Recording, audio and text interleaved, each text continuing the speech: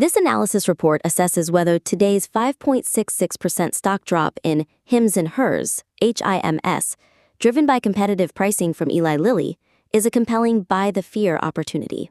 And that core tension, right there, that fear, that immediate drop, that's the perfect place to start.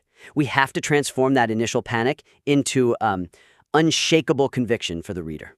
Okay, so from the notes, the immediate conflict is Eli Lilly's Zepbound price cut, Yeah, down to $2.99 a month. which is a direct threat. A direct threat to HIMS's advantage in offering cheaper compounded GLP-1s. And the current buy case seems to lean heavily on the company's huge cash balance. The $630 million. Yeah, positioned as a protective war chest. That cash balance is certainly impressive, but, just citing it is a passive defense. It tells the market HIMS can survive a price war. But not how. Exactly. Not how they'll actively compete and keep their subscribers. So the analysis requires a more granular forecast regarding HIMS's immediate pricing response to those Zepbound cuts. So the weakness isn't the cash itself, but the lack of a defined, an aggressive strategy. Precisely. The core fear for investors is price erosion. That HIMS either has to slash prices, which would decimate their margins, or they lose subscribers to the real deal, to Zepbound, which is suddenly affordable. And the analysis right now leans too heavily on the cash as a shield. Way too heavily. It doesn't explicitly address that fear with a defined pricing strategy. We know they have the money to survive. We need the analysis to prove they have the agility to win. I agree. We need to move from the qualitative, having cash, to the quantitative strategy of deploying cash intelligently. But how do we model that effectively? The suggestion is to directly model a scenario for HIMS necessary price compression. Okay, specifically in the GLP-1 segment. Yes, and you have to clearly link the potential margin impact to the durability of the overall business. You have to show the reader that the worst-case pricing scenario is already factored in and totally survivable. I can see that, but which is more persuasive to a skeptical investor? Modeling a specific new price point, say $149, or modeling a general margin compression? The latter, definitely. Estimating a specific price point is, it's often just guesswork. It invites arguments. Right. A much more powerful approach would be to model a hypothetical 10 to 15% margin compression, but only on the GLP-1 revenue stream.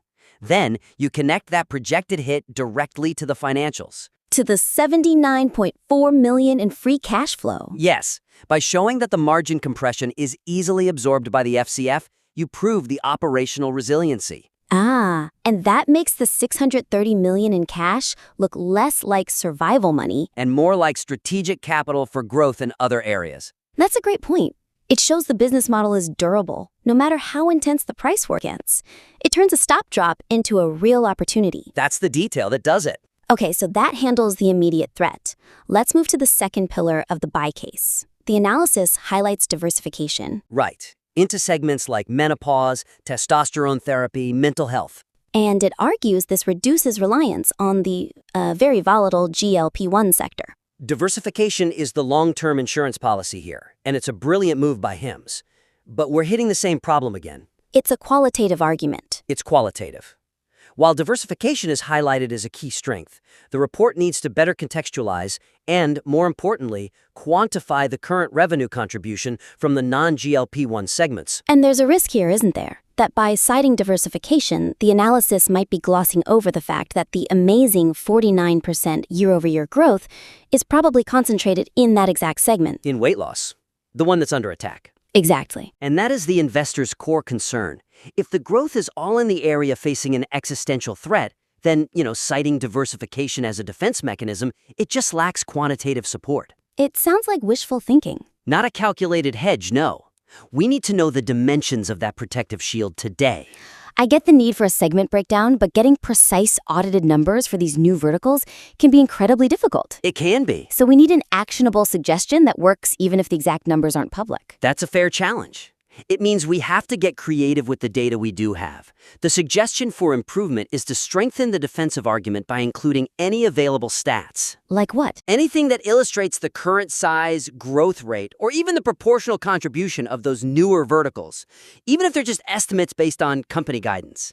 Okay, so if direct segment reporting isn't available, What's a concrete way to proceed? Well, one way is to try and approximate the breakdown of that $598 million Q3 revenue. How so? Maybe by isolating historical revenue from non-weight loss products before the whole GLP-1 boom, and then extrapolating their current contribution. If that percentage is already robust, say 35–40%. Then the argument is instantly concrete. It's defensible. Right. But what if it's not? What if the current non-GLP-1 revenue is actually still quite small? Does the argument just fall apart? Not at all. That's where you reframe the narrative using that massive cash balance again. Ah, okay. If current revenues are concentrated, then the analysis has to emphasize that the capital expenditures, the CapEx funded by that $630 million war chest, are being aimed disproportionately at accelerating future growth in those non-GLP-1 areas. So you're showing the investor that, while today's revenue is focused, tomorrow's capital is actively insulating the company from future price volatility. You're turning the stock drop into a strategic acquisition of a long-term growth story. It's a powerful pivot. I like that. Instead of defending current numbers, you focus the investor on the strategic allocation of capital. Okay, shifting gears now to the financial summary. The conclusion is that the company is undervalued relative to growth. With a PEG ratio under 1. Right, which is the cornerstone of the buy thesis. But it also says it requires a high-risk appetite, given the PE ratio is, around 79 times? And that 79 PE is the biggest psychological hurdle in this entire analysis. We're asking investors to buy a stock that looks, on a traditional metric, wildly overvalued. Because we believe it's actually undervalued. Exactly. The presentation of the valuation metrics, especially when you juxtapose that high PE with the undervalued claim, it needs a much stronger structural emphasis to really land the thesis. I agree. The analysis makes a strong case for the growth narrative. 49% year-over-year revenue is undeniable. But for a traditional investor, 79 times PE is a deal breaker. it just screams risk. Absolutely. And the report cites that high PE, and then it kind of relies on the assertion that it falls rapidly as earnings compound. Which isn't enough. It's not. Since the verdict is high risk, high reward, the analysis has to structurally justify why an investor should ignore the 79 PE. Simply saying it will drop isn't enough. The connection to the PEG ratio is there, but it's too subdued. It's the smoking gun hidden under a pile of papers. That's a perfect way to put it. So the argument is solid, but the delivery, the sequence, it undermines the reader's confidence. How do we make sure they see the math before they feel the fear? Correct. The suggestion is to foreground the PEG ratio calculation. That's the key metric that justifies buying stocks in hypergrowth mode. You have to clearly communicate why the high PE is acceptable and why it actually supports the undervalued assessment. Hit them with the growth narrative first. Use the math second, and then make that high PE look almost irrelevant. So what's the best sequence to structure this knockout argument? You want to lead the valuation discussion by contrasting the fantastic 49% growth rate with the 3.2 times price-to-sales ratio. The analysis already notes that PS is cheap for that level of growth. So that establishes the growth narrative upfront. Then you pivot to the PE challenge. Acknowledge the 79 PE is high, but pivot instantly to the PEG ratio. And we need to make that calculation transparent, right? We need to spell it out. Yes, explicitly show the formula. PE divided by growth. Spell out that 79 divided by 49 is clearly less than 1. Which makes the undervalued claim mathematically robust. It becomes undeniable. And it bolsters confidence in that base case price target of $47. It minimizes the emotional fear-based reaction to the high PE. You're essentially giving the reader a financial cheat code to evaluate this specific stock. I love that. It turns the very thing that scares investors away, that high PE, into a structural strength because the growth rate outpaces the valuation? Exactly. You're arguing that the market drop is a temporary period of irrational pricing.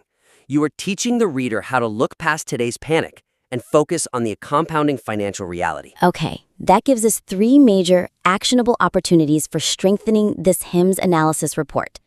Let's recap the 3 primary areas for improvement. First, we established that the analysis has to move beyond just citing the cash balance. It needs to model the specific financial response HIMS will take to the ZEP-bound price cut. Right. Either by detailing a new price point or, more persuasively, modeling margin compression absorbed by the strong FCF. Second, the analysis needs to quantify the revenue protection from diversification. That means finding segment breakdowns or, if that's not possible, reframing how capital expenditures are accelerating future non-GLP-1 growth. Ensuring long-term insulation from the price war. And third, restructure the valuation section. The key is to explicitly anchor the undervalued claim to the PEG ratio. Use that metric upfront to logically disarm the high 79 times PE ratio and make the buy thesis mathematically undeniable. That's extremely focused and actionable feedback. If you update the